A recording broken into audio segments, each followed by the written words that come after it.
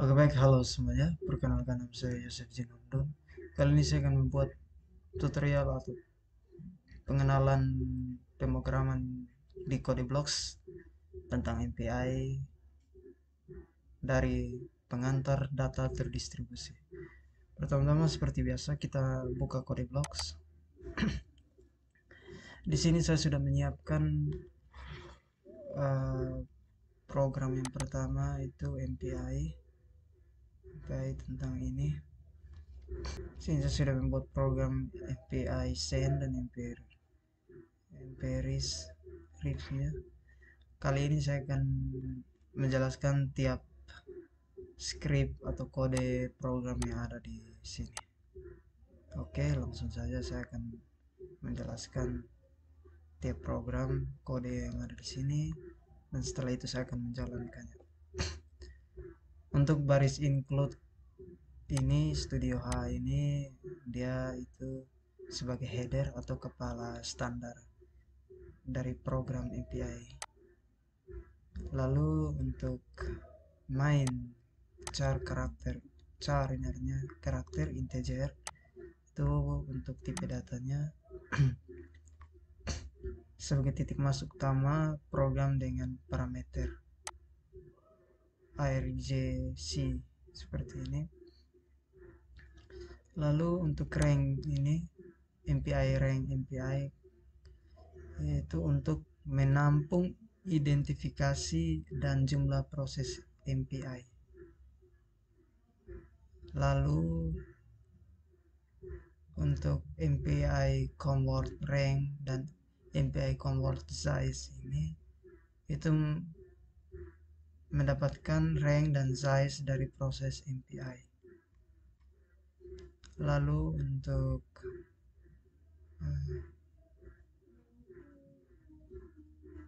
bagian if rank ini adalah pesan variabel ini mesen ini pesan MPI send message ini yaitu pesan atau variabel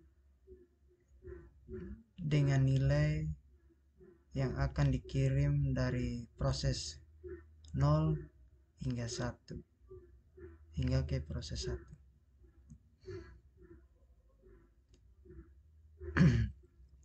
Lalu print proses mengirim pesan ini yaitu untuk rank proses pengiriman pesan seperti pesan apa saja dari 0 hingga 1 itu range-nya. Lalu else if rank MPI res message itu untuk jika rank proses adalah 1 maka proses tersebut menerima pesan dari proses dengan rank 0 menggunakan MPI reps RECV seperti itu.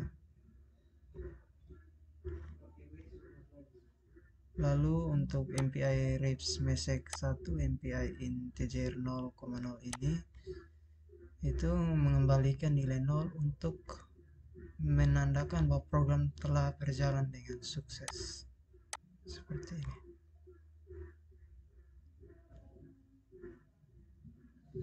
Oke, di sini saya akan coba menjalankan. Oke, outputnya seperti ini untuk hasil yang diharapkan. Program ini merupakan contoh sederhana komunikasi point to point antara dua proses MPI. Jika Anda menjalankan program ini dengan dua proses MPI, outputnya akan terlihat seperti ini. Ini menemukan bahwa proses dengan rank 0 mengirim pesan dengan nilai 1 dan proses dengan rank 1 menerima pesan tersebut. Komunikasi ini menggunakan fungsi MPI send dan MPI reps untuk mengirim dan menerima pesan antar proses. Oke, itu program pertama selesai. Saya akan lanjut ke program berikutnya. Sini saya akan tambahkan programnya.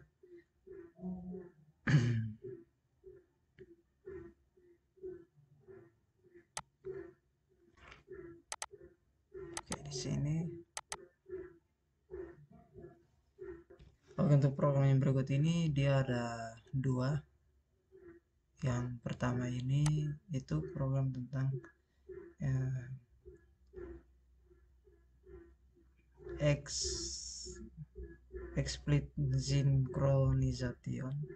Lalu yang berikutnya itu yang ini itu dia implicit synchronization. Oke, di sini saya akan memberikan pengertian sedikit tentang program tersebut. Untuk membuat program sederhana yang membedakan antara point-to-point communication dengan menggunakan explicit synchronization atau pengguna fungsi-fungsi seperti MPI send dan MPI receive dengan tag, dan program tentang implicit synchronization atau pengguna fungsi MPI send refs, kita dapat menggunakan MPI atau Message Passing Interface. Program ini akan menggunakan bahasa pemrograman C dan memanfaatkan MPI. Oke, untuk tiap kode yang ada dalam program ini saya akan menjelaskan sedikit. Seperti biasa, include ini yaitu dia berfungsi untuk kepala atau file standar MPI yang ada di sini untuk membuka program tersebut. Lalu untuk integer main ini yaitu tipe datanya, dan integer size ini untuk ukuran range yang dipakai dalam program tersebut. Lalu untuk MPI integer argc ini itu untuk menginstalisasi lingkungan MPI. Lalu untuk MPI comRise, MPI comSize, MPI comRange ini itu mendapatkan jumlah total proses. Lalu untuk MPI yang ini barrier MPI comWord if my rank ini itu untuk poin untuk memastikan semua proses selesai sebelum melanjutkannya. Oke, kita coba jalankan programnya. Oke, prosesnya seperti ini.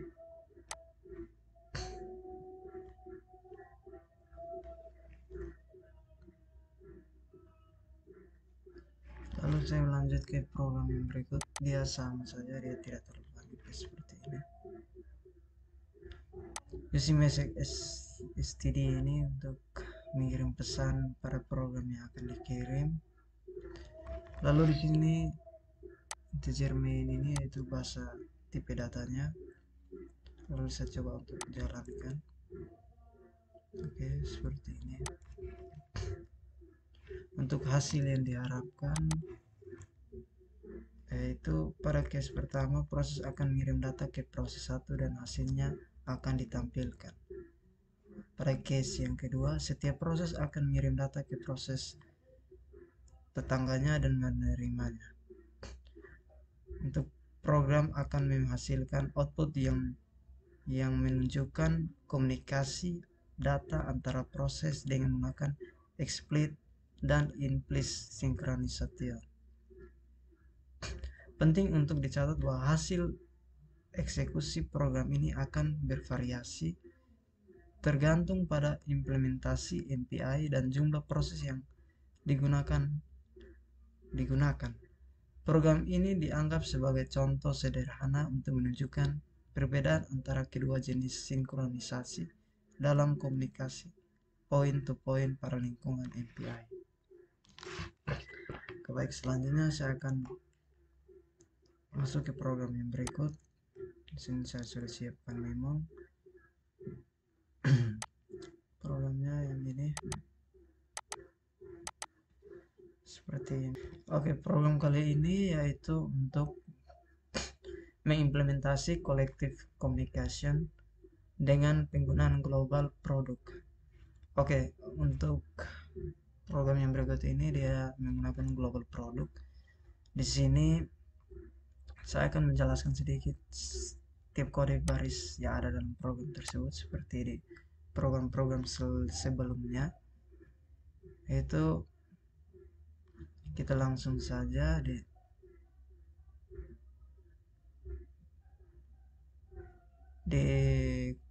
com rank MPI convert dari atas sampai sini nih sama saja dengan program sebelumnya. Com rank MPI convert and rank ini itu buat MPI untuk semua proses. Lalu untuk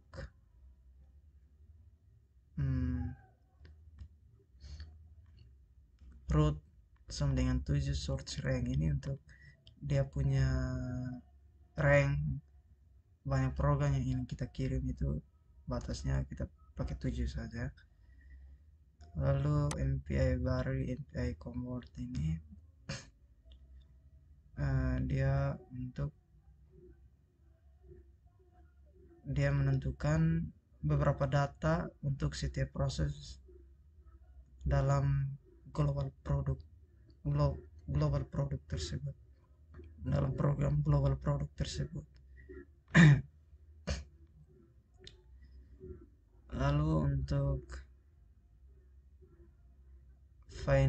finalist ini itu hasil dari proses setelah keluar dari program. Itu dia punya hasilnya sukses atau tidak setelah keluar dari program tersebut. Oke, di sini saya akan coba menjalankan programnya. Oke, hasil outputnya begini. Di sini saya akan menjelaskan hasil outputnya sedikit. Untuk menjalankan kode ini simpan ke dalam file misalnya global product example.c dan jalankan menggunakan implementasi MPI. Contohnya menggunakan impxec. Perlu diingat bahwa detail spesifik dapat bervariasi berdasarkan implementasi MPI dan konfigurasi sistem Anda. Jika Anda memiliki konteks atau pustaka yang berbeda yang Anda maksudkan dengan global product, berikan lebih banyak detail untuk contoh yang lebih akurat. Jadi ini dia punya detailnya belum terlalu akurat karena kita masih membutuhkan beberapa program dukungannya lagi seperti ini.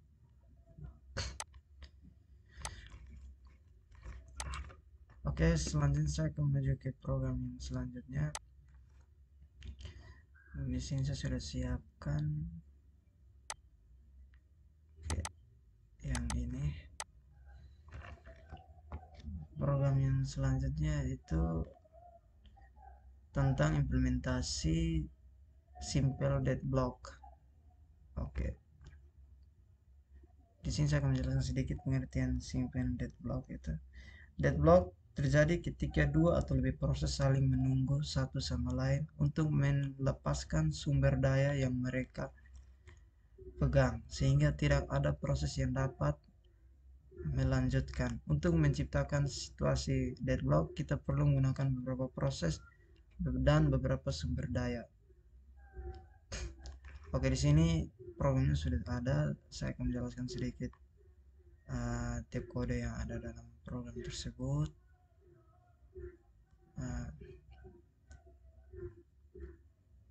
Ini ada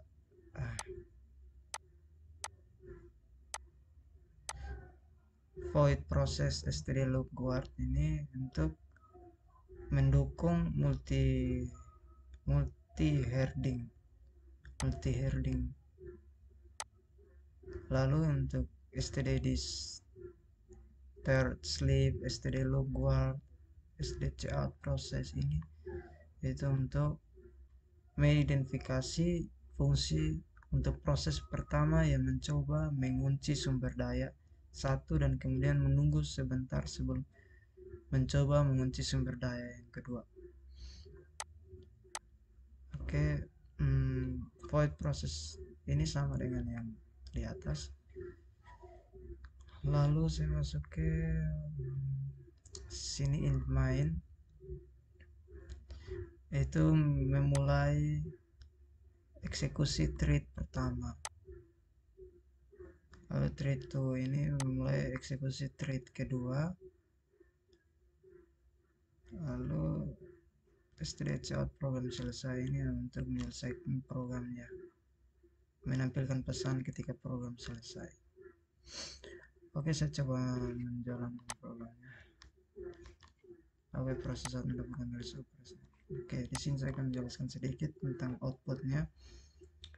Hasil yang diharapkan dari programnya adalah menciptakan deadlock di mana kedua proses saling menunggu satu sama lain dan program tidak akan pernah selesai. Dalam contoh ini, Anda mungkin akan melihat bahwa program terjebak dalam kedua deadlock dan pesan program selesai tidak akan pernah dicetak. Oke, seperti ini ya. Oke, baik, di sini saya akan jelaskan soal yang berikut, itu tentang topologi Cartesian dalam implementasi vektor topologi. Di sini saya sudah siapkan sumbernya, saya akan baca sedikit.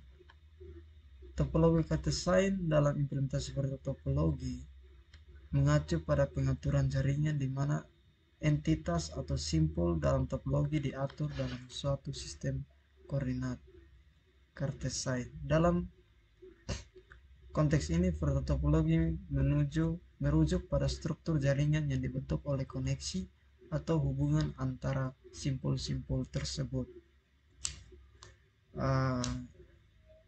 Untuk karakteristik utama dari topologi Cartesian yaitu ada koordinat Cartesian, yaitu simpul-simpul dalam jaringan diatur menggunakan sistem koordinat Cartesian yang terdiri dari simpul X, Y, dan mungkin Z. Setiap simpul memiliki koordinat unik dalam sistem ini.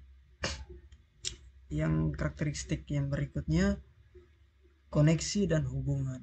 Koneksi antar simpul-simpul dipresentasikan sebagai garis atau link dalam sistem koordinat tersebut. Jarak atau ketertarikan antara simpul dapat tercermin dalam jarak atau hubungan relatif dalam sistem koordinat. Yang berikut, fleksibilitas dan pengaturan. Dengan menggunakan topologi Cartesian, pengaturan dan penyesuaian jaringan dapat lebih fleksibel. Perubahan pada koordinat simpul atau penambahan dan penghapusan koneksi dapat diimplementasikan dengan mudah dalam kerangka ini. Yang berikut, optimasi jaringan. Pemeliharaan koordinat atau letak simpul dapat dioptimalkan untuk memainkan jaringan atau latensi sehingga meningkatkan efisiensi dan kinerja jaringan.